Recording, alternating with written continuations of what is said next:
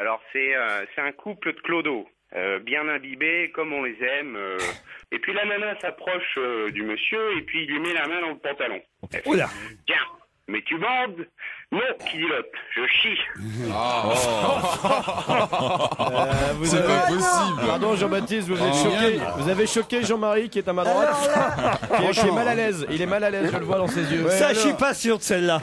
Jean-Marie, on vous en a envoyé Oh aujourd'hui. là là, on a envoyé une formidable. Allez-y, alors. C'est Nicolas, écoute, il n'y a rien à changer, elle est vraiment nickel. C'est un type qui va chez le tatoueur et puis il dit, je voudrais bien me faire tatouer une Ferrari sur la bite. Et le tatoueur, il dit, mais formidable, il dit non, c'est madame qui va être contente. Et le type, il dit non, je suis gay, monsieur.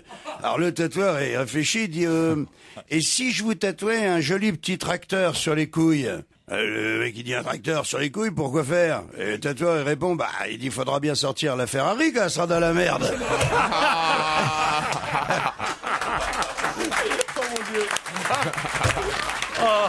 Ah non, celle-là, elle est bien.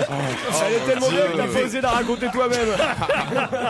Non, celle-là, elle est bien. Faut reconnaître quand une histoire est bien. Et j'en ai une autre, figure-toi.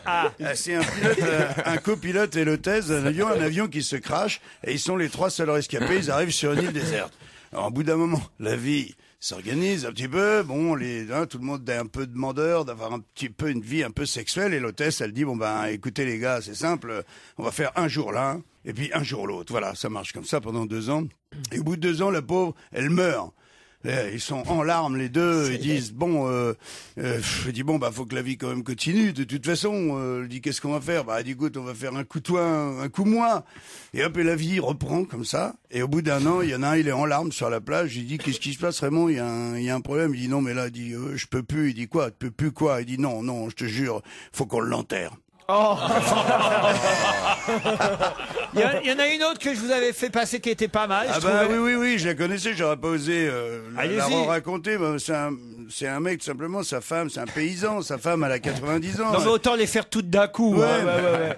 Elle est au bout de sa vie. Le docteur, il vient, il lui dit, il l'attrape, il dit, monsieur, ça y est, votre femme, elle est au bout, là, maintenant, si elle vous demande quoi que ce soit, allez-y, quoi, parce que je la vois à peine passer la nuit. Et il dit bon, il va voir sa femme et dit chérie, voilà, qu'est-ce que dans une ferme agricole, hein, dans une exploitation. Les fermes sont souvent agricoles. Et c'est vrai. Je voulais dire une exploitation agricole. Voilà. La ferme. Et donc, il va voir sa femme très gentiment et puis il lui dit voilà, Lucette, qu'est-ce que tu voudrais que je te fasse que je t'ai jamais fait?